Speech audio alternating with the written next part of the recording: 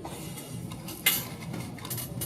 guys, Rick from Project Mapleseed. A quick video update on one of the more common upgrades to Ruger 1022s and other rimfire rifles is upgrading your sights. So this rifle is a sponsored donated rifle from Korth Group. They were gracious enough to give us a synthetic stock blued 1022 for use in our loaner fleet for our youth events. Here's a good view of one of the first advantages you get by adding tech sights to your rifle. One is if you look at the traditional Ruger 1022 sights, you've got a rear sight post here, but you'll notice you've actually picked up an extra 8 inches of sight radius, which theoretically gives you a more consistent aiming sight alignment or sight picture, and it could lead to more accuracy.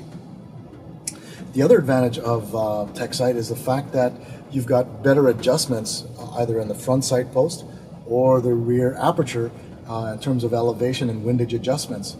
For 1022s, typically the windage adjustment you have is by driving that front sight post opposite of the direction you want to adjust it.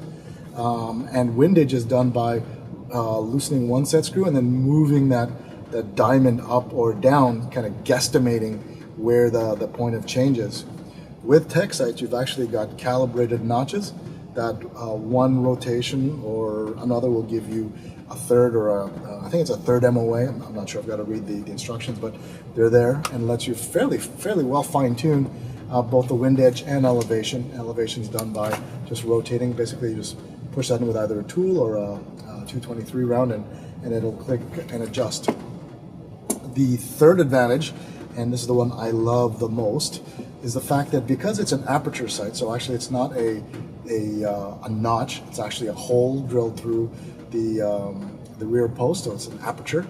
What that does is because of the way that light acts when it's going through a smaller aperture, you actually get a better depth of field. So as you're focusing on your target with your front sight, the target behind it actually comes into sharper focus. So whereas with a stock 22 rear sight setup, I don't stand a chance of being able to align my tired eyes don't stand a chance of being able to align my front sight post consistently with those small stage 3 and stage 4 targets that we shoot in Mapleseed. With the aperture, it actually comes into decent focus for me, so I can actually align my front sight better with a target. I'm actually going to start playing around with filling that in with some DevCon or some JB weld and drilling smaller apertures to get even better depth of field. And I know that Tech Sights actually sells rear aperture kits that replace this post and have inserts that allow you to fine tune that, but I'm too cheap, so I'll just fill it in with JB weld and drill it. And you guys are saying, well, isn't that going to screw up your alignment and in terms of windage and elevation? Well, the beauty part is you're going to be testing it anyway, so you can actually dial in that windage and elevation based on actually where it hits by moving the windage or elevation up and down to center your point of impact with your point of aim. So that's it. Just a quick video on tech sights, kind of demystifying what is so great about it. So you've got some 3 good points in terms of getting it to the next level. Again, they're not cheap. They're about $100 to $150 by the time you get them in Canada. You can get a scope for much less. The ones I always recommend are the Simmons Fix 4 Power or the Simmons 3 to 9 at about $50 to $60 from the local store. So if you're looking for a quick way, Simmons 4X or 3 to 9 is a great way to do it.